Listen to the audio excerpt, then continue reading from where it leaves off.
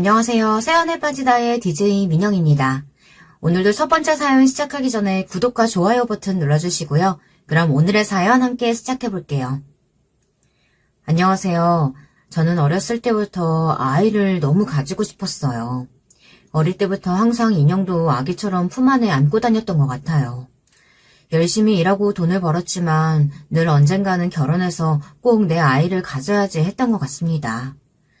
회사를 다니고 30대가 지나고 정신없이 일만 했었지만 나중에 태어날 아이를 위해서 담배도 피우지 않고 늘 몸에 좋은 영양제랑 엽산 같은 걸 챙겨 먹었어요.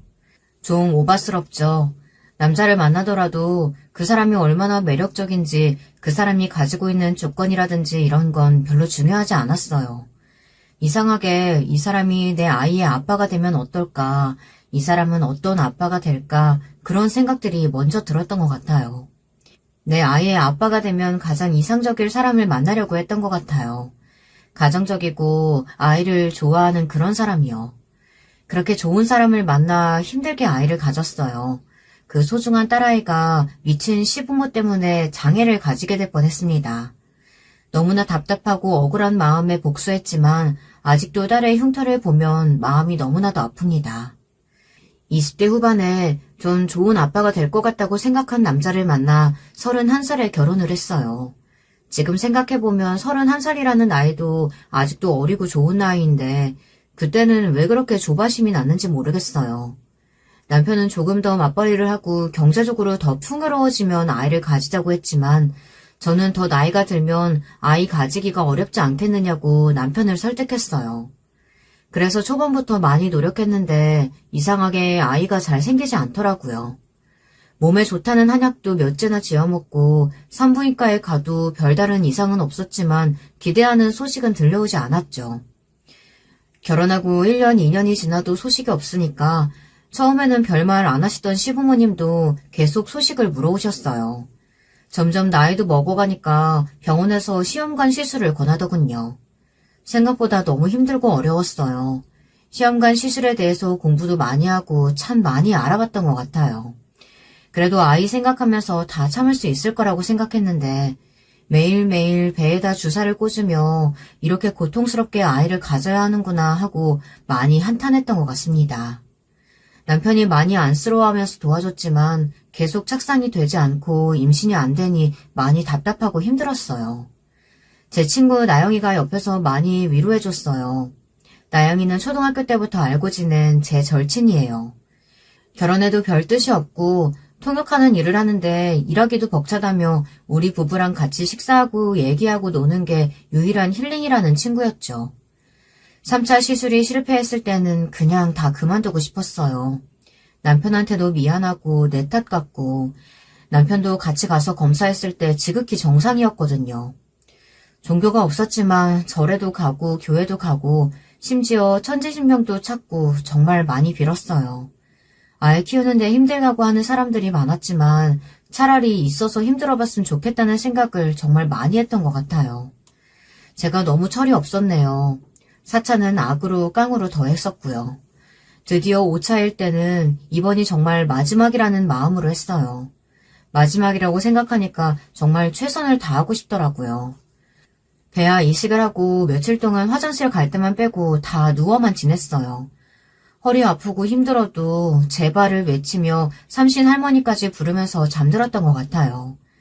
남편이랑 일부러 인터넷 쇼핑하면서 애기 용품들을 장바구니에 일부러 담아뒀어요. 꼭 곧 살 사람들처럼요.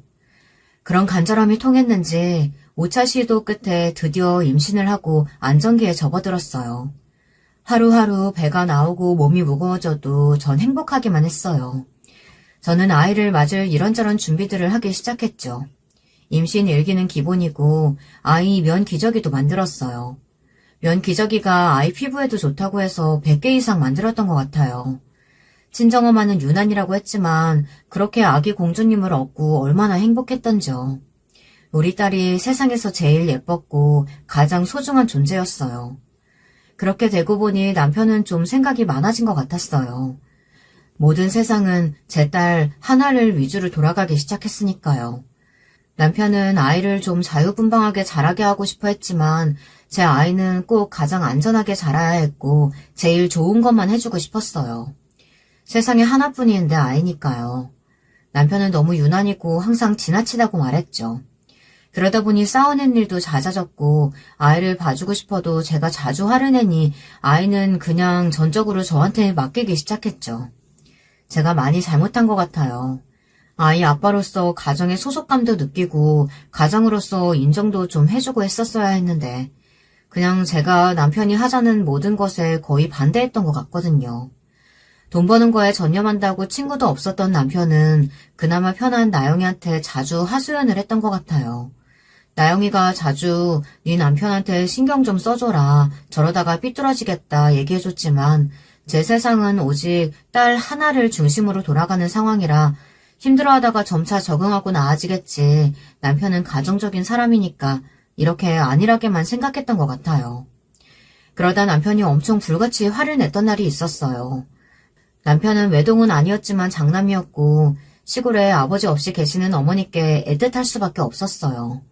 시골에 계신 어머니께 뭐라도 해드리고 싶어 했고 어머니도 남편을 항상 자랑스럽게 생각하고 좋아했죠. 전 어머니께 살가운 며느리는 아니었지만 어머니는 그래도 손주를 낳았다고 장하다고 해주셨어요. 시어머니가 칠순이 되셨는데 남편이 한 달 전부터 좋은 선물을 해드리고 싶다고 하더라고요. 잔치는 시골에 동생이 준비한다고 했으니까 우리는 미리 좋은 선물이라도 같이 고르자고 얘기했어요. 전 계속 하나를 케어하느라 잊어버렸고 결국 선물도 남편 혼자 샀어요. 출근 때문에 바빠서 생신 전에 받을 수 있게 택배를 보내던지 아니면 퀵을 보내던지 저한테 보내는 것만 좀 해달라고 부탁했어요. 사실 남편은 일찍 내려가고 싶어 했지만 갑자기 업무 상황이 꼬여서 칠순 잔치에 오후나 돼서야 내려갈 수 있었어요. 저는 하나를 데리고 가기 쉬운 거리도 아니고 애 몸 상태가 그렇게 좋지 않으니 안 내려가겠다고 했죠. 남편도 시어머니도 섭섭하신 것 같았지만 하나가 아픈 것보다는 나으니까 그냥 그러려니 하시는 것 같았어요. 그런데 칠순 잔치에 내려간 남편이 전화가 와서 다짜고짜 엄청 화를 내는 거예요. 알고 보니 제가 시어머니께 보낼 옷을 보냈어야 했는데 비슷하게 포장되어 있던 고기를 보냈더라고요. 친정에서 저희 먹으라고 좋은 고기 보내주신 건데 아무 생각 없이 포장지가 초록색인 것만 보고 고기를 종이 박스에 넣고 택배를 보낸 거예요. 안에 있는 고기는 다 상해서 악취가 나고 선물인 줄 알고 열어보신 시어머니가 한동안 아무 말씀이 없으셨대요. 그래서 남편이 죄송한 마음에 더 저한테 화를 냈던 것 같아요. 남편도 이해가 가는데 저는 제 상황을 이해해줬으면 하는 마음이 더 강했던 것 같아요. 지금 생각해봐도 제가 100번, 1000번 잘못했어요. 하지만 아이 옷이랑 기저귀 하나하나 다 소독하고 먹는 거 신경 쓰고 챙기고 집안 청소하고 살피고 아이 교육까지 하려니 다른 건 특히 남편 식사나 이런 건 챙기기가 쉽지 않았어요. 배달시켜 먹으라고 해도 배달 음식은 이제 싫다고 하더라고요. 시골에서 시어머니가 싸주신 반찬도 제가 잊어버리거나 택배 온 거 확인을 못해서 많이 상해서 버렸거든요. 그 이후로는 밥에 대해서 별말이 없어서 어떻게 먹고 다니겠지 했는데 칠순 잔치 사건 이후 그냥 남편은 늘 집에 자정이 넘어서 들어왔어요.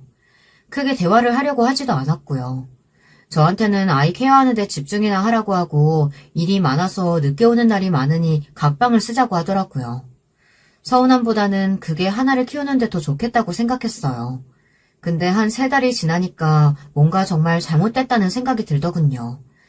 계속 남편이 어떻게 지내고 있는지 걱정도 되고 조금 여유가 생겨서 아침밥을 차려놓거나 해도 먹고 나가지 않더라고요. 마칠 것 같은 시간에 전화를 해도 받지 않거나 회의 중이라고 문자가 오거나 급한 일 있으면 카톡으로 하라거나 이렇게 대답이 오더군요. 남편은 거의 매일 12시가 넘어서 들어오고 들어오면 씻고 자고 새벽에 다시 나가는 걸 반복했어요. 대화하기가 어려워서 카톡이나 문자를 보내도 잘 읽지 않고 피곤하다고만 하더라고요. 별일 있는 거 아니면 대화는 나중에 하자고요. 대화를 피하는 느낌이어서 지금은 서운한 게 많이 쌓여 그렇겠지만 좀 지나고 적응하면 예전처럼 다정한 남편으로 돌아올 거라고 생각했어요.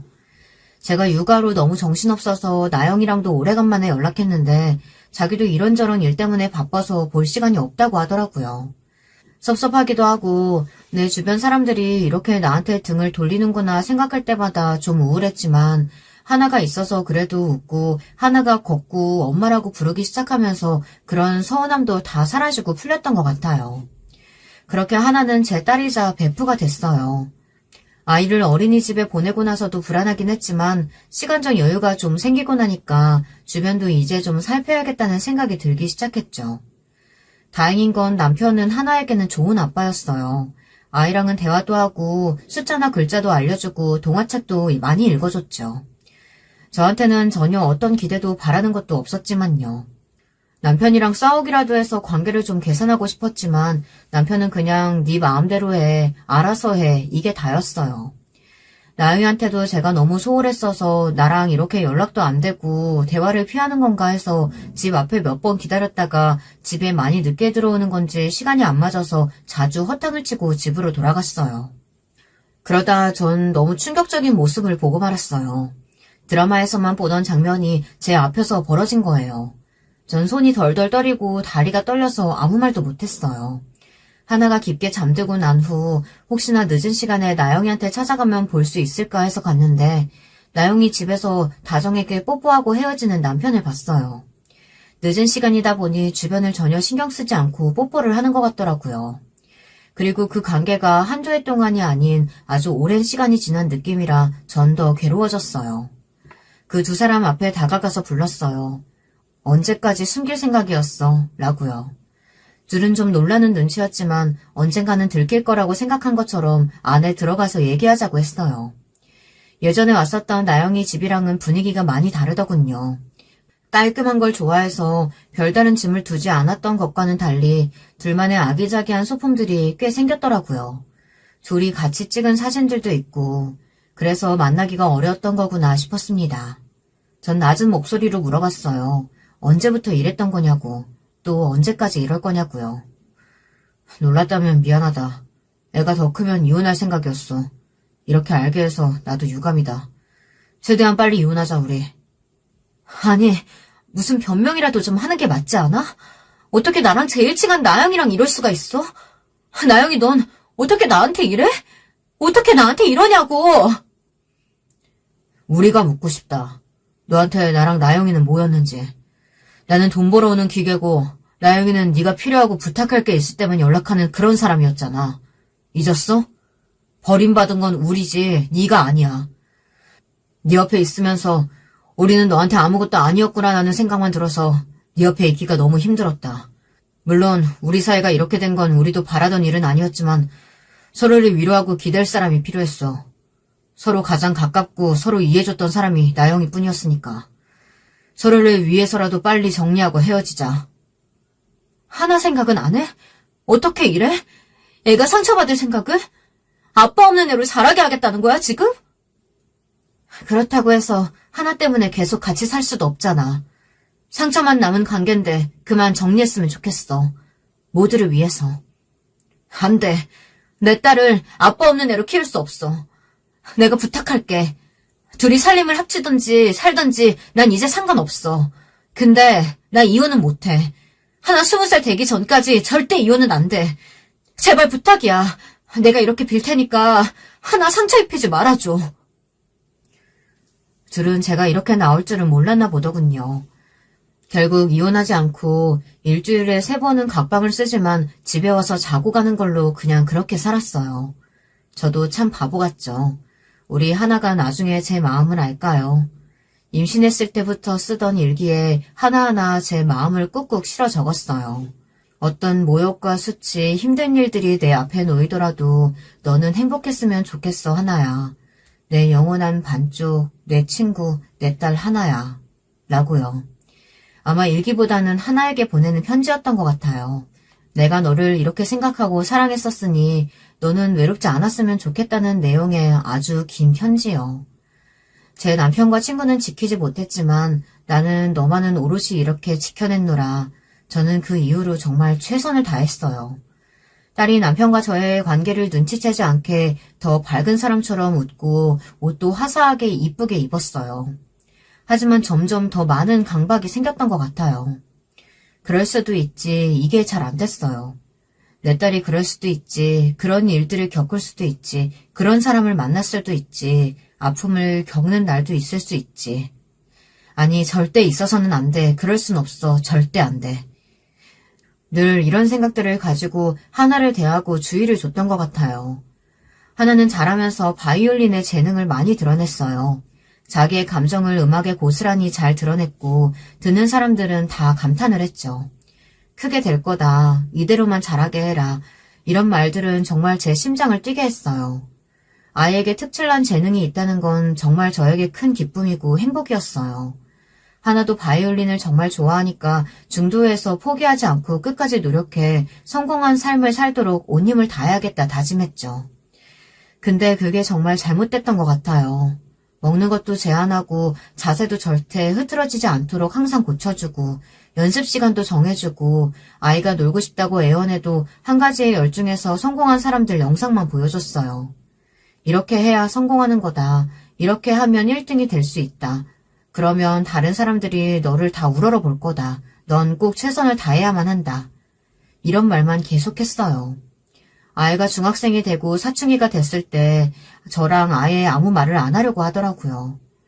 요즘 애들이 쓰는 신조어도 찾아서 배워보고 유행하는 게 뭔지 좋아하는 게 뭔지 찾아봤는데 온통 제가 이해하기 어려운 것들 뿐이었어요.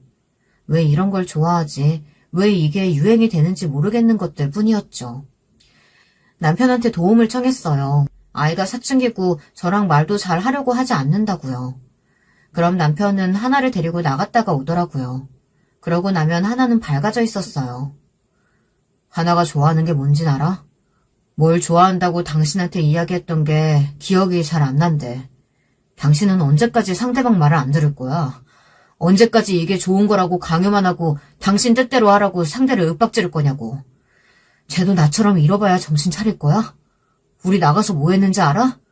하나가 좋아하는 거 보고 사고 먹고 온 게 다야. 쟤 얼굴 어떤지 봤지? 마음대로 좀 하게 해줘. 쟤는 새장 속의 새가 아니잖아. 자기 생각이 있는 사람이라고. 당신 소유물이 아니야. 나도 하나도 말이야. 사람은 원하는 것만 하고 살 수 없어. 고생 없이 희생 없이 이룰 수 없다는 건 없다는 거 알잖아. 재능이 없어서 힘들어하는 사람이 얼마나 많은데. 하나는 천재라고. 바이올린 천재. 꾸준히만 하면 정말 큰 성공을 할 거라고 교수님들이나 선생님들이 얼마나 극찬을 하는데. 난 쟤 꼭 성공한 사람으로 만들 거야. 하나가 성공하고 싶대? 바이올린으로 세계를 제패하고 싶대? 그런 말 당신한테 한 적 있어? 그때 전 머리를 한 대 맞은 것 같았어요. 하나가 바이올린 하고 싶다고 말한 적이 없었나 아무런 기억도 나질 않더라고요. 정말 너무 잘해서 잘한다는 것에만 관심이 있었지 하나가 정말 바이올린을 좋아하는지 모르겠더라고요. 제가 말을 걸면 문을 닫고 들어가 버리기만 하는 딸. 사춘기는 그럴 수 있다고 책에서도 영상에서도 봤지만 그 외면은 정말 저를 마음 아프게 했어요. 저는 딸이 헤매는 시간을 줄여주고 싶은 마음이었어요. 원래 가려던 목표, 꼬린 지점까지 가려면 수많은 시행착오를 거쳐야 하는데 저는 덜 고생하고 빨리 그 목표 지점에 도달하게 해주고 싶었거든요. 이 험한 세상에 사람들한테 손가락질을 받지 않고 원하는 많은 것들을 이루고 사는 삶을 살았으면 하는 게 제 마음이었어요.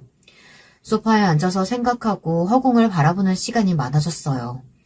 가만히 앉아서 클래식을 듣는데 눈물이 나더라고요. 하나는 그런 저를 보고 소리를 지르고 욕을 하며 나가버렸죠. 저랑 대화하지 않고 지낸 시간이 길어졌는데 레슨 선생님은 하나 실력이 점점 더 좋아지는 것 같다고 하더라고요. 칭찬을 해줘서 고마웠지만 계속 생각이 들었어요. 저게 하나가 원해서 하는 건지 내가 시켜왔어서 그 압박 때문에 하고 있는 건지 알 수가 없었어요. 이런 상황 속에서도 실력이 늘고 있다고 하니 전 더 고민이 됐던 것 같아요. 하루는 학교에서 선생님이 연락이 오셨더라고요. 학교에 한번 오시면 좋겠다고요. 애들이랑 잘 어울리고 놀고 다 괜찮은 것 같아 보이는데 학교에서 적성이랑 심리검사한 게 너무 안 좋게 나와서 연락을 했다고 하더라고요. 하나는 공부도 열심히 하고 음악도 열심히 하는데 정서적으로 불안하고 고통스러워하고 있다고요. 그 고통을 풀 수 있는 통로가 음악밖에 없어서 열심히 하는 걸로 보이지만 결국 바이올린으로 비명을 지르고 있는 거라고 보시면 된다고 하더라고요. 아이랑 대화하지 않은 지 몇 달이 됐다고 하니 선생님도 많이 놀라시더라고요. 집으로 돌아와서 고민하다가 결단을 내리고 하나한테 갔어요. 말로 하면 피하기만 할 것 같아 글로 써서 하나한테 줬습니다. 사랑하는 하나야, 네가 행복하면 좋겠다는 마음으로 너한테 좋은 것들만 주려고 했었어. 네가 좋아하는 시, 싫어하는지 한 번도 물어본 적 없다는 걸 어리석은 엄마는 얼마 전에야 깨달았어. 미안해.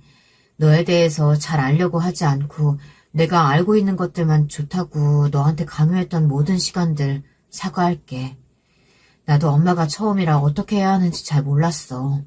서툴렀던 날 용서해주면 좋겠다. 이제 나도 엄마가 아니라 내 삶을 살아보려고 해. 그리고 네 삶의 모든 결정권도 너에게 다시 돌려줄게. 이제 네가 원하는 걸 하고 살아. 네가 좋아하는 거, 네가 하고 싶은 거 다 네 마음대로 해. 나는 그냥 지켜봐주고 지지해주는 사람이 될 거야. 그 과정에서 오는 아픔과 힘듦 모두 너에게는 새로운 경험들일 테지만 그 과정들을 겪으면서 더 멋있어져 있을 너를 이제는 걱정하지 않고 응원할게. 나는 진심으로 네가 행복해지길 바래. 언제든 필요한 게 있으면 얘기해주면 좋겠다. 사랑해. 엄마가. 편지를 내려놓고 방에서 나와서 한 3시간은 운 것 같아요. 그러고 나서 푹 한숨 자고 일어났는데 꼭 새로 태어난 것 같았어요. 우선 얼굴이 제 얼굴이 아니었어요. 눈이 퉁퉁 불어서 딴 사람 같더라고요. 하나는 알아서 학교에 갔는지 집에는 아무도 없었는데 청소를 시작했어요. 오랜만에 제가 먹고 싶었던 음식을 만들어 먹었어요. 늘 하나 위주로 식단을 짜고 건강한 메뉴들만 골라서 만들어주느라 정작 제가 먹고 싶었던 걸 못 먹었거든요. 생각해보니까 정말 저도 바보같이 살았었네요. 좋아하는 꽃꽂이도 배우러 다니고 새로 일하려고 보니까 배워야 할 것들이 참 많더라고요. 나이도 먹었는데 못 쓰는 일은 힘들겠다 싶어 우선 컴퓨터 자격증을 따려고 학원에 다니기 시작했어요. 물론 집에 와서 먹을 간식이나 밥은 여전히 열심히 준비해뒀지만 아직도 하나랑 대화는 하지 않았어요. 가끔 하나 아빠가 집에 와서 하나랑 대화하는 소리가 들리더라고요. 저렇게 대화하는 거구나. 하나는 저런 걸 좋아하는 거구나. 그래도 아빠가 있어서 참 다행이다 이런 생각이 들었어요. 비록 애만 키우느라 경단녀가 됐지만 제가 돈을 열심히 벌어놔야 나중에 하나 결혼도 시키고 유학 간다고 하면 유학도 보내야 하니까 이런저런 일을 찾아보기 시작했어요. 제가 제 일을 열심히 하고 시간이 지나면 하나랑 제 사이가 좋아지지 않을까 기대했는데 쉽사리 나아지지 않았어요. 속으로 많이 삐뚤어져 있다 보니 제 편지를 받고 이제 자기를 아예 포기해버렸다고 생각했었나 봐요. 그래도 엇나가거나 자기 인생을 망치려고 한 적은 없었는데 사건은 터지고야 말았습니다. 엄마랑 사이가 안 좋아서 힘들다고 친구들한테 털어놨는데 친구 한 명이 하나를 얄밉게 생각하고 있었나 봐요. 엄마랑 싸워서 힘들다고 하는 애가 늘 하고 다니는 거 보면 엄마가 사준 옷에 엄마가 사준 액세서리, 학용품, 화장품, 향수 다 엄마가 사준 거 맨날 자랑하고 엄마가 시키는 대로 다 하면서 괜히 힘들다고 말하고 다니는 게 관심 끌려고 하는 거 아니냐고 듣기 싫다고 얘기했나 봐요. 서로 욕하고 밀고 싸우다가 몸싸움까지 갔는데 다 같이 악기하는 애들이라 절대 손이나 팔은 안 치려고 주의하는데 그날따라 걔가 뭐에 씌인 것처럼 저 잘난 척하는 손가락까지 다 짜증난다면서 하나 손을 밟으려고 했대요. 하나는 절대 손은 다치면 안 된다고 생각해서 걔 발을 잡아당겼고 걘 넘어지면서 땅에 손을 짚었는데 무게가 실리면서 골절이 됐대요. 다른 애들도 증언해주고 CCTV를 봐도 먼저 시비를 걸었던 건 상대편이어서 하나는 정당방위가 됐습니다. 하지만 딸은 학교를 나가고 싶지 않다고 하더라고요. 그래도 학교는 가야 한다고 말하고 싶었지만 하루 종일 방에 틀어박혀 게임만 하는 걸 말리지 못했어요. 애아빠한테 얘기해서 말려보라고 했지만 남편도 역시 시간이 필요한 것 같다고 하더라고요.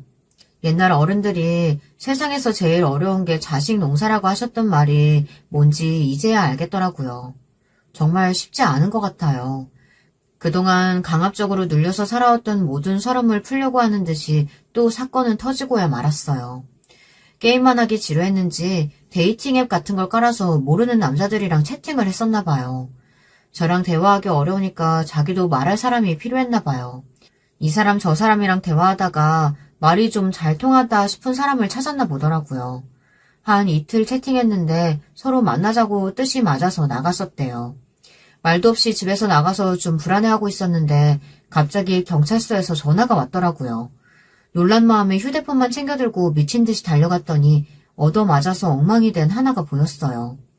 데이팅 앱을 써본 적이 없다 보니까 남자들이 다 어떤 의도를 가지고 있었는지 잘 몰랐나 봐요. 아직도 놀라고 어안이 벙벙한 표정의 하나는 저를 보고 울기 시작했어요. 저는 말없이 하나를 안고 토닥여줬어요. 그 남자 새끼는 서로 좋아서 만나기로 했는데 전현이 계속 밀당만 하고 스킨십을 하려고 하니 피하길래 열받아서 좀 엎치락 뒤치락 했다가 이렇게 된 거라고 헛소리를 늘어놓더라고요. 내 딸을 강간하려던 것도 모자라서 저렇게 때리기까지 했는데 저렇게 당당하게 거짓말하는 게 열받아서 저도 가서 뺨 몇 대를 날리고 손이 미끄러져서 미안하다고 얘기했어요. 다행히 다른 사람이 도와줘서 모텔로 끌려 들어가진 않았지만 정말 큰일 날 뻔했더라고요. 하나는 제가 그런 모습을 처음 봐서 더 놀란 것 같았어요. 경찰한테 저놈 제발 콩밥 좀 먹게 해달라고 사정했어요. 강간 미수에 폭행 치사까지 하면 더 형량이 늘지 않느냐고 했더니 미수에 그쳤기 때문에 형량이 그렇게 높게 책정되지 않을 거라고 하더라고요. 정말 억울하고 분했지만 합의금으로 3억을 주던지 아님 깜빵에 가라고 엄포를 놨어요. 하나랑 집에 돌아가는 길에 제 모습을 다시 보고 눈물을 훌쩍거리기 시작했어요. 자기가 잘못했다고요. 제가 너무 정신없어서 운동화 한 짝이랑 슬리퍼 한 짝을 신고 왔는데 그거에 눈물이 터진 거였더라고요. 엄마는 딸을 사랑하는 게 아니라 엄마 역할하는 자기 자신의 모습을 사랑한다고 생각했었대요. 완벽한 엄마의 모습을 남들한테 보여주고 싶어서 늘 딸을 통제하고 잘하는 모습만 보이는 것 같았대요. 그런데 그 추운 날씨에 외투는커녕 신발도 제대로 못 신고 경찰서까지 달려온 엄마 마음이 어땠을까 생각하니 그냥 너무 죄송하고 눈물이 나더라는 거예요. 자기가 잘못했다고 엉엉 우는데 저도 같이 껴안고 한참을 울었어요. 오랜 세월 묵었던 오해도 풀고 사이좋게 지내기 시작했어요. 같이 맛집도 다니고 운동도 같이 하러 다녔어요. 친구처럼 딸처럼 같이 지냈던 시간이 참 소중하고 반짝였던 것 같아요.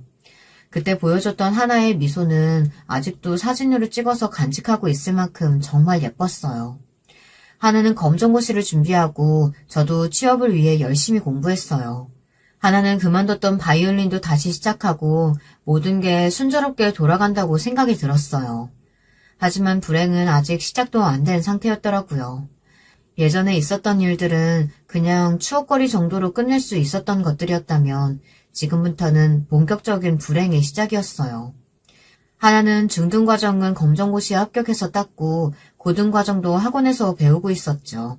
열심히 노력하더니 고등과정은 1년 만에 마스터해서 또래들보다 일찍 고등학교 졸업장을 받았어요. 그래도 전 정말 감사했어요. 학교는 그만뒀지만 그래도 금방 정신 차리고 스스로 노력해서 다시 시작하려고 하는 점이 정말 감사하더라고요. 그런데 수능 준비를 하다가 갑자기 남자친구가 생겼다고 하더라고요. 학원에서 아르바이트를 하는 대학생이었는데 하나를 보고 첫눈에 반했다고 고백해서 둘이 사귀게 됐다고 하더라고요. 나이 차이는 2살 정도 됐고 하나가 생각보다 나이가 어려서 고민했지만 정말 예쁘게 만나겠으니 교제를 허락해달라고 저한테 인사도 왔더라고요. 저도 연애를 반대하고 싶은 마음은 없었지만 지금이 참 중요한 시기인데 남자친구를 조금 있다 만나면 좋겠다는 생각이 들었지만 하나의 뜻을 존중해주기로 했어요. 저 남자친구 어디가 마음에 드냐고 했더니 자기를 정말 좋아해주는 게 느껴진다고 하더라고요. 말도 자기는 너 없으면 안 된다고 하고 자기랑 조금이라도 연락이 안 되는 게 느껴지면 불안해한다고 하더라고요. 바이올린 하는 모습을 보여줬는데 너무 예쁘고 아름답다면서 영상을 찍어서 간직하고 하루에도 몇 번씩 본다고 하는 그 모습을 보며 이 남자가 정말 나를 좋아하는구나 하고 느꼈다고 하더라고요. 그래서 너는 그 남자를 얼마나 좋아하냐고 물어보니까 아직 잘 모르겠다고 말하는 딸을 보며 생각이 많아졌어요. 아빠의 부재 때문일까, 내 영향 때문일까, 자기가 좋아하는 사람보다는 자기를 정말 좋아해주는 사람을 감정 없이 만나는 게 정말 걱정되더라고요. 근데 하나도 만나다 보니까 자기한테 점점 가스라이팅을 하고 집착하는 모습에 정신을 차리고 끊어내려고 했는데 대충 눈치를 차린 남자가 하나를 임신시켰더라고요. 눈에서 불이 나오는 것 같았어요. 이제 겨우 마음먹고 열심히 살려고 하는 애한테 왜 이런 일들이 일어났는지 정말 미칠 지경이었죠. 하나도 자책하더라고요. 네가 원하지 않으면 아이 낳지 않아도 된다고 말이에요. 죄책감 가질 필요도 없고 네 몸은 주인은 너니까 네가 원하는 대로 하면 된다고 말이죠. 생각을 좀 해보겠다고 했는데 이 여려 터진 녀석은 자기한테 온 생명을 자기가 책임지겠다고 기어이 그 길을 택하겠다고 하더라고요. 눈물을 흘리면서 딸의 결정을 따를 수밖에 없었어요. 나이도 어린 딸이 가는 그 길이 너무 험난하고 힘들어 보이는데 제가 욕을 먹고 원망을 듣더라도 더 단호하게 말리지 못한 후회가 파도처럼 밀려오더라고요. 그놈은 자기가 책임지겠다고 큰소리만 떵떵거렸지 아무것도 준비된 게 없는 사람이었어요. 부모가 고철 재활용 일을 한다고 하시더라고요. 같이 만나는 상견례 자리에서 어린애가 나이도 어린데 몸간수도 하나 못하고 벌써 애를 가져서 남들 보기 부끄러울 테니 그냥 빨리 같이 살게 하는 게 모양새도 낫지 않겠냐고 하더라고요. 아무리 험한 일을 하신다고 해도 말을 어떻게 저렇게 할 수 있을까 하는 생각에 당장이라도 결혼을 깨고 싶었습니다. 남자애도 마음에 안 들었지만 집안은 더 마음에 들지 않았어요. 하나한테 정말 이건 아니라고 그만하자고 몇 번을 말렸지만 자기 선택이니 존중해달라고 하더라고요. 집안 형편도 그렇고 임신해서 몸도 힘든데 굳이 지금 결혼식 올릴 필요도 없고 애 낳고 나서 하자고 하더라고요. 앞으로 어떻게 될지도 모르는데 그게 낫지 않겠냐고 하는데 정말 우리 애를 무시하는 건지 집안을 무시하는 건지 정말 화가 나더라고요. 그 남자애는 붕어가 그렇게 이야기하는데도 전혀 뭐가 잘못된 건지 생각이 없어 보이더라고요. 비록 임신해서 하는 결혼이지만 애들 앞날은 제대로 축복해주는 게 맞지 않을까요? 식이라도 제대로 치러서 보내고 싶은 게 제 마음입니다만. 축복이요? 이건 사고죠. 저희 입장에서는 그리 달갑지 않습니다. 한창 일하고 이제 돈 벌기 시작해야 되는데 벌써 저런 혹을 달아가지고는 언제 돈 모으고? 아이고, 눈앞에 캄캄합니다. 다행히 저희 공장 사택에 지금 사는 사람들이 나갔으니까 거기서 신혼집처럼 살면 되니까 사부인은 걱정 마시고 지금 결혼이 문제가 아니라 한 푼이라도 더 아껴가지고 애를 제대로 키울 생각을 하셔야죠 지금. 그래요. 요즘 스몰 웨딩이 대세인데 뭐다 생략하고 그냥 사는 사람들도 많으니까요. 가볍게 시작하면 되죠. 저는 저 사람들이 하는 행동이나 말들이 너무 기분이 나빴어요. 딸은 반쯤 자포자기한 것 같기도 하고 모든 의욕을 잃어버린 것처럼 보이기도 했어요. 자기 행동에 대한 반성, 자책, 후회로 가득해 보였지만 그것도 하나가 배우는 과정의 일부라고 생각했어요. 울면서 그 공장 사택에 하나를 보냈는데 직접 가보면 마음만 안 좋을 것 같아서 이불이랑 식기 같은 것만 새로 다 사서 보냈습니다. 이럴 때 남편이 있었으면 좋았을 텐데 그러고 보니 저도 제 가정을 제대로 지키지 못했던 게 생각나더라고요. 하나만큼은 그래도 행복했으면 좋겠다고 빌고 또 빌었는데 아이도 무사히 자랄 수 있게 빌고 또 빌었습니다. 3개월 후에 갑자기 하나가 잘 지내나 하는 생각이 들더라고요. 연락이 없었던 지도 오래됐고요. 근데 전화를 해봐도 전화를 받지 않아 너무 불안한 나머지 사택으로 갔는데 세상에 피를 흘리고 쓰러져 있는 하나를 발견했어요. 사택은 너무 썰렁하고 온기도 없었어요. 음식도 제대로 먹지 못한 것 같았고 상처 입은 들짐승처럼 축 처져서 의식이 없더라고요. 급하게 119를 불러서 병원으로 갔어요. 조금만 더 늦었으면 산모까지 큰일 날 뻔했다고 하더라고요. 외상은 없는데 산모가 뭔가 충격을 받아 애가 유산된 것 같더라고요. 의식을 찾은 딸은 계속 울기만 했어요. 저는 같이 울고 달래고를 반복했죠. 어렵게 입을 땐 딸이 이야기하더라고요. 신우이랑 남편이 하는 말을 들었다고요. 야, 저 어린애를 왜 임신시켰냐? 사고를 쳐도 좀 나중에 치던가. 동네 부끄러워서 애 임신했다고 말하기도 그렇고. 공장 사람들이 계속 물어봐서 엄마가 스트레스 받는 것 같던데. 내가 좋아해줬는데 배은망덕하게 나 배신하려고 하길래 술 진탕 먹이고 콘돔에다가 장난 좀 쳤지. 근데 바로 임신될 줄 누가 알았나. 저 애 기저귀값 분유값 될 생각하니까 벌써 눈앞이 캄캄하다. 장난 좀 친 거 가지고. 아빠가 돈 좀 보태주겠지? 야, 저 짠돌이 구두쇠가 퍽이나 돈을 주겠다. 너 보고 공장에서 일하라고 할걸? 난 절대 공장에서 일 안 할 거야. 절대 내가 가오가 있지. 저런 일을 왜 함? 아, 아니면 하나 쟤네 엄마 돈 좀 모아놓은 것 같던데. 애도 초췌하게 만들어서 그 집에 돈 좀 뜯어내면 되지 뭐. 내가 왜 진짜 그 생각을 못했지? 그래. 그 엄마 딱 딸내미한테 목숨 거는 호구상이던데. 하나한테 준 옷이랑 가방 봤는데 다 장난 아니더라고. 나 그거 내일 일하러 갈 때 좀 쓸게. 네가 쓰라고 했다 하면 별말 못할 거 아냐. 내가 살면서 그런 옷에 가방에 구두에 언제 들어보겠냐? 그 덕이라도 봐야지 뭐. 아니다. 몇 개 팔면 돈 좀 될 것 같은데. 제 몸 상태 안 좋으니까 몇 개 없어져도 상관없지 않을까?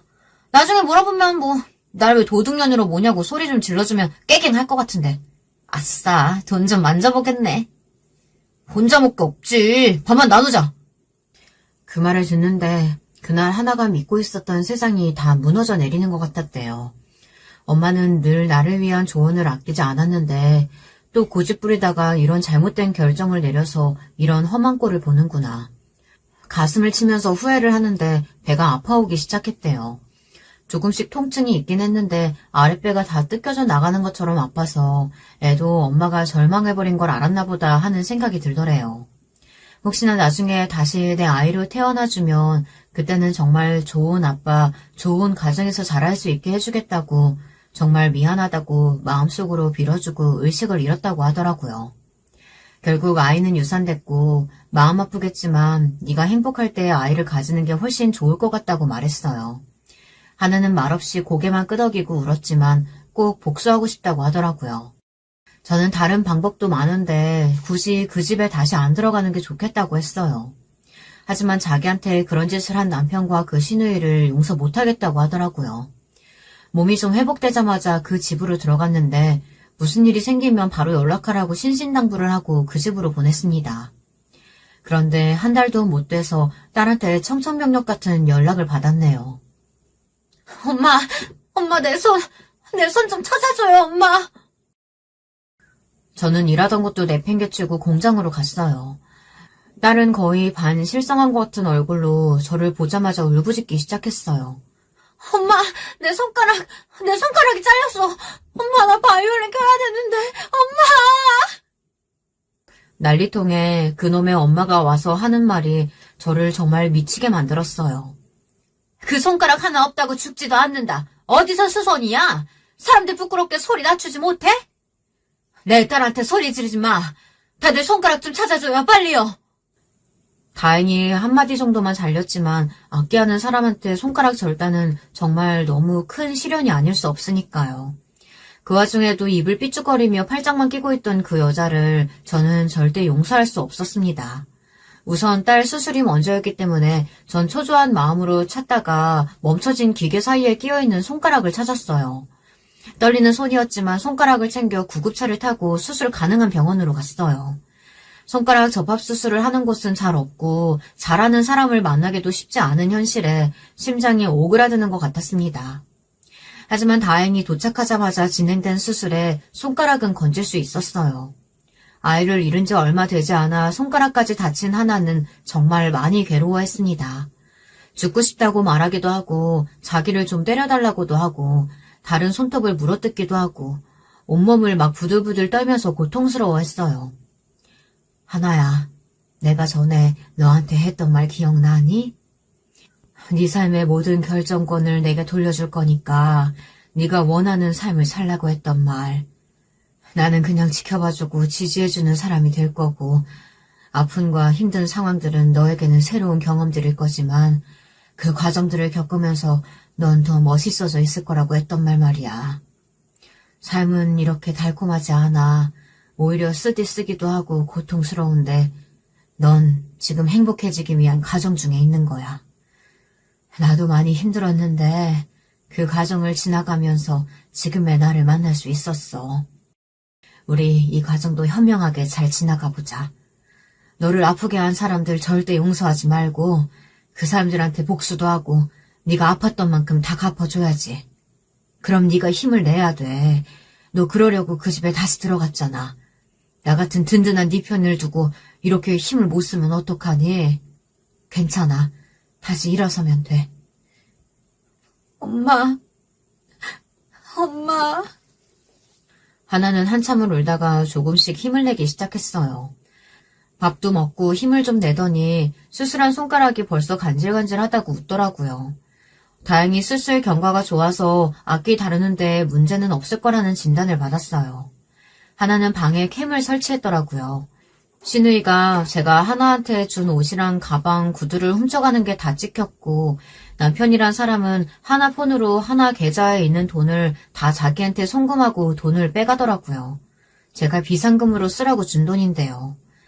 하나한테 허락도 받지 않고 자기 돈인 양 술 먹고 여자 만나고 다녔나 보더라고요. 저는 그것만으로는 부족하다고 생각했어요. 하나가 다치게 방조하고 방관한 사람들 다 가만둘 수 없더라고요. 남편한테 연락했어요. 남편은 그간 하나한테 있었던 일을 모르다가 하나가 겪은 일들을 알고 분노를 참지 못했어요. 자기한테 다 맡기라고 하더니 얼마 후에 보니까 그 공장이 망했더라고요. 안전교육도 제대로 받지 않고 장비도 갖추지 않은 채로 사고가 났는데 사고가 난 이후에도 아무로 제대로 된 조치를 취하지 않고 은폐하려고 했던 정황을 다 모아 노동청에 고발을 한 거였어요. 영업정지에 유산한 지 한 달도 안 된 며느리를 그렇게 부려먹고 다치게 한 악덕 사장이라고 기사까지 나서 사업장은 거래처가 다 끊겨 폐쇄됐어요. 그 아들, 딸도 절도죄로 고소하고 또 인터넷으로 얼굴까지 다 퍼뜨렸죠. 다시는 떳떳하게 고개 들고 다니지 못하도록 말이에요. 아니, 젊은 애가 집에서 놀고만 했는데 공장 나와서 일 좀 도우라고 했다고 이렇게까지 하는 게 말이나 되냐고요. 참나, 고작 손가락 한 마디 잘린 거 가지고. 우리 때는 비일비재한 일이었고 그래도 안 죽는다고. 아, 진짜 유난 떠네. 아직도 남의 자식 구렁텅이로 넣어놓고 반성한 반 안 하시네. 좋아요. 비기라도 하면 좀 감형해주려고 했더니 역시 필요 없겠네요. 콩밥 제대로 드세요. 어이가 없어서. 네 자식이 그렇게 다쳤으면 네 딸이 손가락이 잘렸어도 손가락 하나 없어도 상관없다고 할 거야? 유산한 지 한 달도 안 된 애를 음악하는 애라서 손 다치면 안 된다고 사정했는데 그런 애를 바깥 벌라고 떠밀어서 다치게 한 너는 절대 용서 안 해. 두고 봐. 재활을 부지런히 해서 상처는 좀 남았지만 움직이는데 불편함은 많이 좋아졌다고 해요. 부지런히 스트레칭도 해주고 손을 전보다 더 소중하게 여기고 살게 됐다고 하더라고요. 다행히 왼손이 다쳤으면 거의 연주는 힘들 수도 있었는데 활을 켜는 손이라서 그나마 좀 나은 것 같더라고요. 좀 심심해하는 것 같아 하나 임신했을 때부터 썼던 일기를 하나한테 보여줬어요. 틈날 때마다 읽어보면서 하나는 무슨 역사책을 보는 것 같은 기분이 들었대요. 그 일기에는 그날 있었던 일과 날씨, 사람들과 주고받았던 대화, 먹었던 음식, 하나가 움직였던 느낌 등 정말 자세하게 적혀 있어서 놀랐다고 합니다. 아빠와의 일도 다 적혀 있어서 놀랐다고 하더라고요. 하나가 저랑 대화를 안 하고 피하려고 했던 게 저랑 남편이 헤어지고 별거하는 사이란 걸 알게 돼서 그랬다고 하더군요.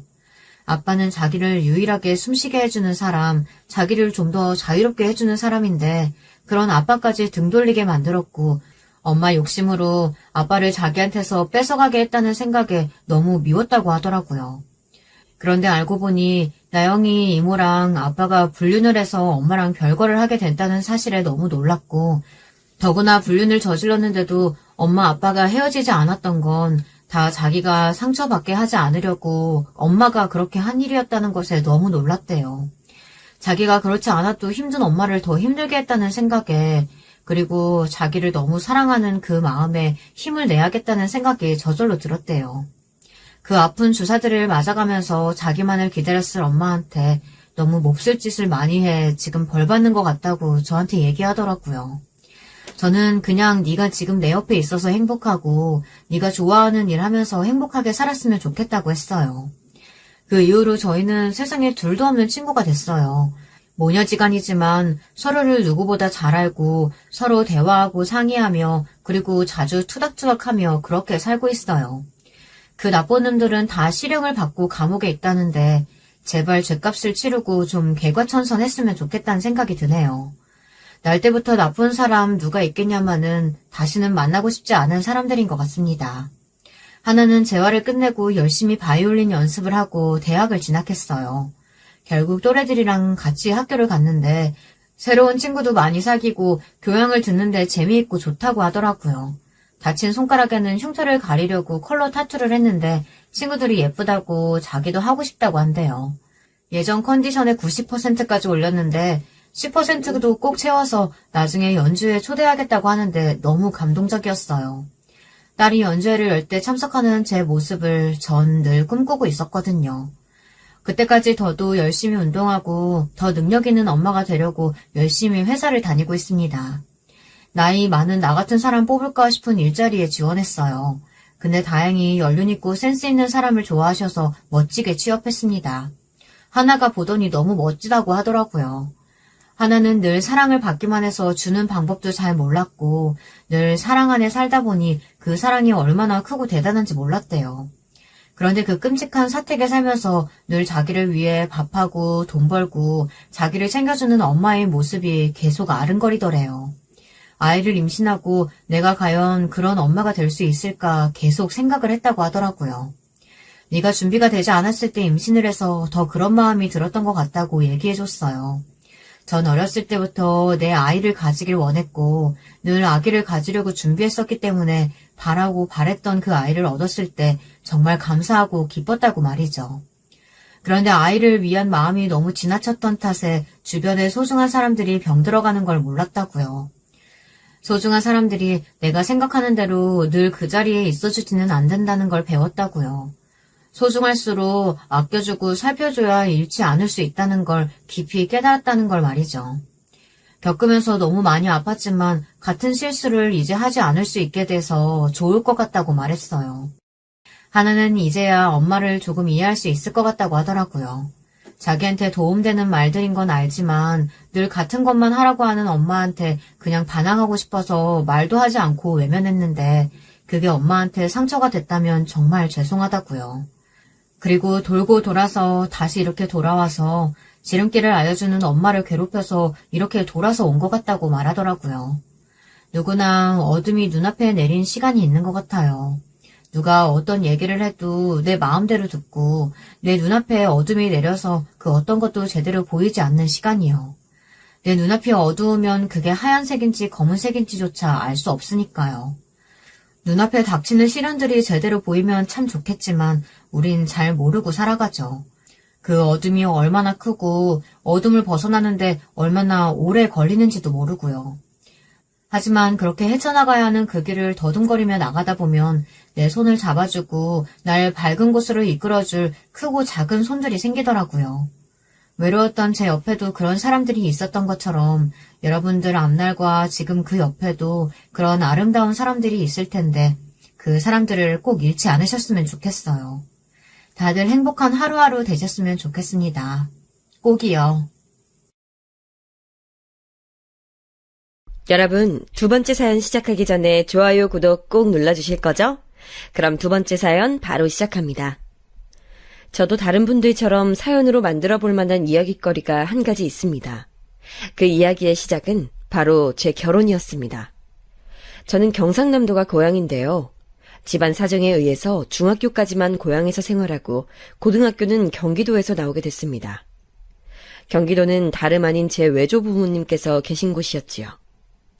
제가 3남매 중에 맏이 장남인데요. 제 밑으로 여동생과 남동생이 있는데 이 중에서 여동생은 중학교에 입학할 무렵 폐질환을 앓았던 이유로 몸이 많이 안 좋아졌어요. 큰 병원이 그 동네에는 없고 멀리 나갔어야 했는데 경제적인 형편도 어려웠던 집이었기에 여러모로 망설여졌었죠. 그렇게 큰 병원에 갔어야 할 때를 놓쳤던 여동생은 결국 후유증을 앓게 됐습니다. 그런 마당에 남동생은 어렸을 때부터 정신이 산만한 녀석이었어요. 지금이라면 주의력 결핍 과다행동장애라는 것을 쉽사리 진단받을 수 있었을지 모릅니다. 통칭 ADHD라는 것을 남동생은 앓고 있었지만 당시엔 그런 게 뭔지 몰랐을 때였습니다. 정말 무지했었네요. 남동생은 그저 동네에서 제일 가는 말썽쟁이였고 부모님과 자기 형제들의 말을 지독히도 안 듣는 골칫덩이였을 뿐이에요. 도대체 뭘 먹고 저렇게 산만할까? 아유, 매사에 집중하는 꼬라지를 한 번도 보질 못했구나. 장은아, 네 막내 동생을 어떡하면 좋니? 엄마, 너무 그렇게 속상해하지 마세요. 장석이는 엄마 아빠가 제일 아끼시는 막내잖아요. 사랑만 받고 크다 보니까 어린 마음에 잠시 우쭐거리는 거겠죠. 학교에서도 애가 이상하다고 소문이 난 것 같은데. 아유, 난 진짜 어떻게 해야 할지 모르겠다. 산만하다 뿐이야. 무슨 애가 저렇게 감정이 널뛰기를 할까. 내가 도대체 뭘 잘못했길래 이렇게 된 건지 하루에도 수십 번씩 가슴을 치면서 고민한단다. 전부 다 어미인 내 잘못이겠거니 하면서. 일가 친척들이 죄다 가난한 데다가 소위 가방끈 짧은 집안이었던 저희 집이었기에 부모님께서는 자식 농사에 내심 기대가 많은 분들이셨습니다.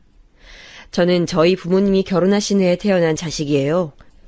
어머니께서 임신하는 바람에 두 분이 서둘러서 살림을 합치고 부부가 되신 것이었죠. 저를 낳고 정신없이 사시던 와중에 금세 생겼던 생명이 바로 제 여동생이었습니다. 저랑 여동생은 나이 터울이 2살이에요. 마지막으로 남동생은 저보다 6살이 어립니다. 그러니까 저나 여동생을 낳고 키우셨을 적에는 부모님께서 아직 경황이 없으셨던 상태라고 한다면 남동생은 철저히 두 분께서 아이 낳자고 충분히 상의를 거치시고 계획을 하신 끝에 태어난 생명이었던 거예요. 그래서 남다르셨을 겁니다. 원체 타고난 성격이 내성적이라고 할 수 있는 저나 여동생과는 다르게 남동생 녀석은 활발한 편이었으니까 더욱 그랬었죠. 그래서 부모님께서는 이 남동생에게 애정과 기대를 마음껏 주셨습니다. 저는 늘 막내한테 양보해야지라는 말을 자주 들었었고요. 하지만 두 분이 생각하셨던 것과는 달리 남동생이 학교에 입학한 이후로 자꾸 엇나가면서 오만 말썽을 부려대고 의사소통마저 원활해지지 않는 상태에 이르자 부모님께서는 몹시 절망하셨어요. 지금 생각해보면 그 시절에 부모님께서는 우리 집은 뭘 해도 안 되는 집이구나 이런 식으로 처지를 비관하셨던 것 같습니다. 남동생한테 너무 신경을 많이 쓰시다 보니까 여동생이 아픈 것도 놓치셨었고요. 이런 모든 상황들이 맞물려서 저는 외조 부모님께 보내셨던 것입니다. 저는 1년에 2회 혹은 3회 방문에 그치는 외가댁에 가서 살게 됐다는 것이 너무 낯설고 싫었던 기억이 나네요. 혼자 거기서 고등학교를 다녀야 한다니. 게다가 외할아버지께서는 성정이 괴팍한 분이셨기 때문에 겁부터 났습니다. 저는 안 가겠다고 버티려 하였으나 결국은 무릎을 꿇고 말았지요. 김장훈이! 니는 장남이라고 있는 머스마가 그래 나약해 빠져가 커서 무슨 일을 하려고 카노? 니 지금 우리 집안 돌아가는 꼴 안 보이나? 니 이것만 말해봐라. 니 눈에는 안 보이나 보제? 아니요, 보입니다, 아버지. 아버지께서는 당시 몸을 담고 계셨던 회사에서 입지가 위태로워지신 상황이었습니다. 정말 떠나고 싶지 않았지만 부모님의 뜻에 따라 경기도의 외가댁에서 생활을 하게 되었습니다. 경기도에서 입학한 고등학교 첫날, 촌놈 새끼라고 많이 놀림을 받았던 기억이 나네요. 그래도 첫 1학기가 힘들었을 뿐 시간이 지나자 친구들도 생기고 점차 적응을 했었기 때문에 초반에 그 괴로웠던 기억이 꽤나 희석된 것 같습니다. 조금 웃긴 사실은 경기도가 북부 남부로 갈리는 만큼 정말 그 안에서 지역이 어디냐에 따라 천차만별이잖아요. 외가댁이 있는 곳은 지명만 경기도일 뿐 사실상 시골이었답니다. 그런 곳에서 학교를 다니는 놈들이 저한테 촌놈이면서 놀렸었던 거예요. 단지 제가 사투리를 쓴다는 이유 하나만으로 말이죠. 외조 부모님과 사는 생활은 녹록하지 않았습니다. 외할아버지가 무서워서 그 좁은 외갓집에서 허튼 소리 한번 크게 내지 않으려고 애를 쓰면서 살았었네요. 용돈은 따로 받아본 기억이 없어요.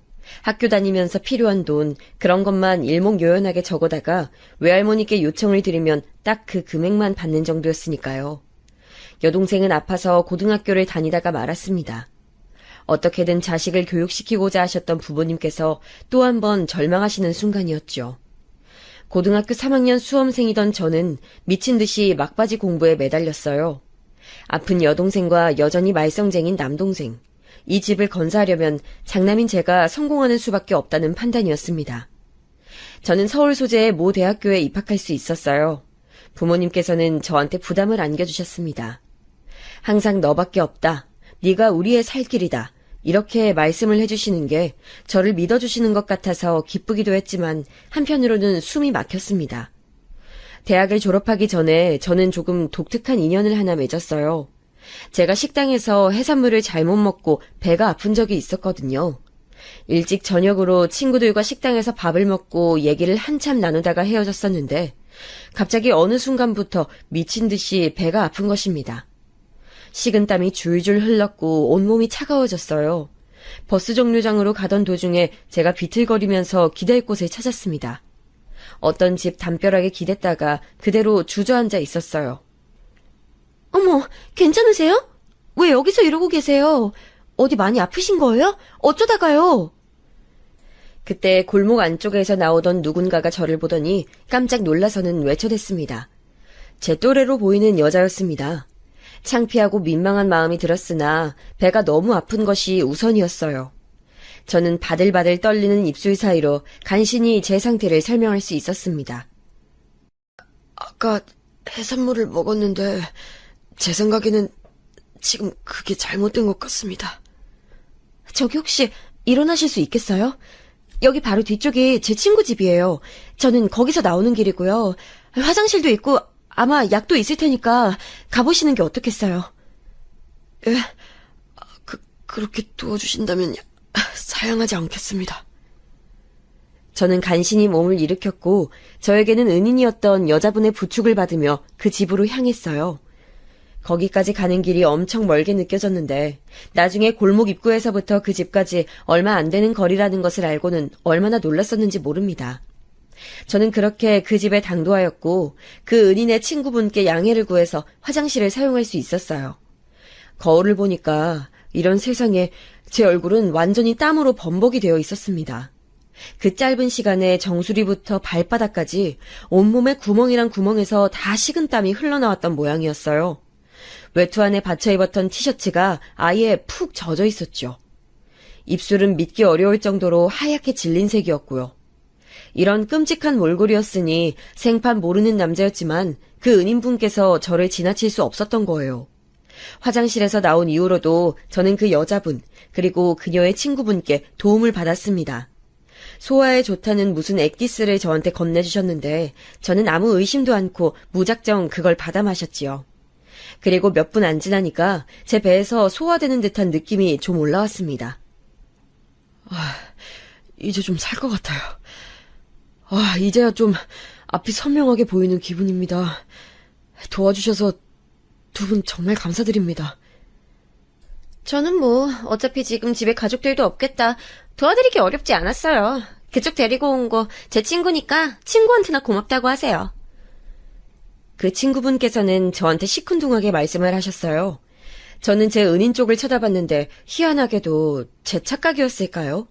그 은인분께서 저랑 시선이 마주치자마자 고개를 돌려서 저를 피하셨는데 그 기색이 조금은 부끄럽다는 느낌으로 보였습니다.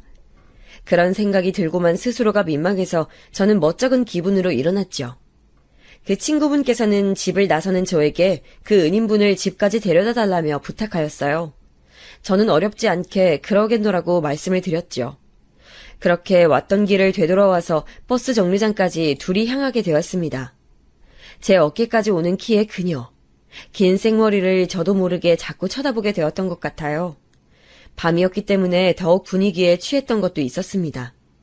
버스 정류장에 도착하고 나서야 알게 됐어요. 그 은인과 제가 같은 번호의 버스를 타려고 했다는 사실을 말이죠.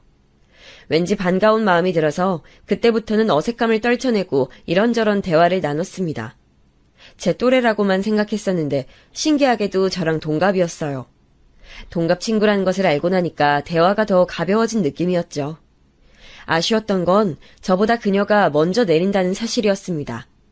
제가 데려다 주겠다는 것을 그녀는 극구 사양했어요.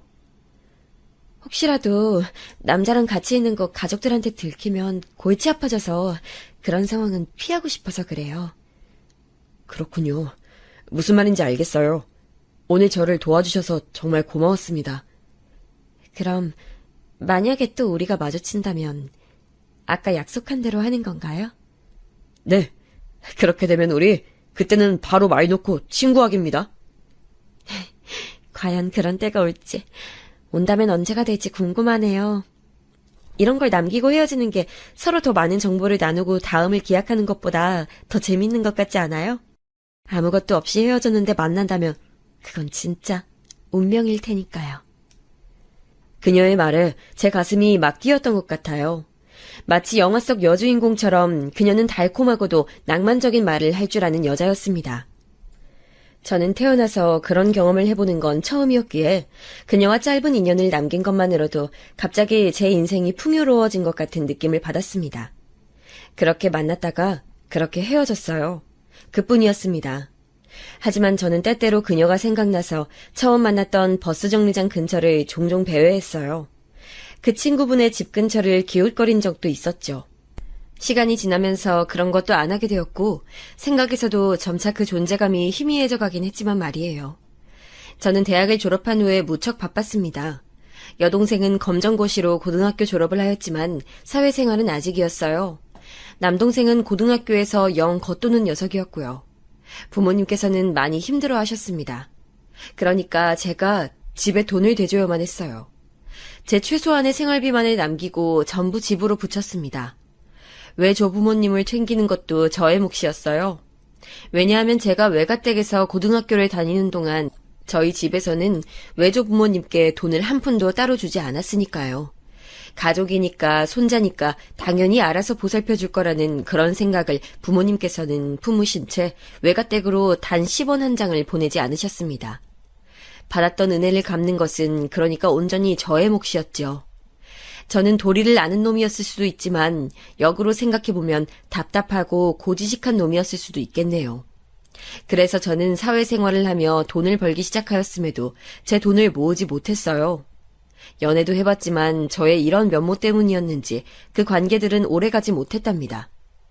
그러던 중에 저는 아주 놀라운 경험을 하게 됐어요. 퇴근길이었고 지하철 안이었습니다.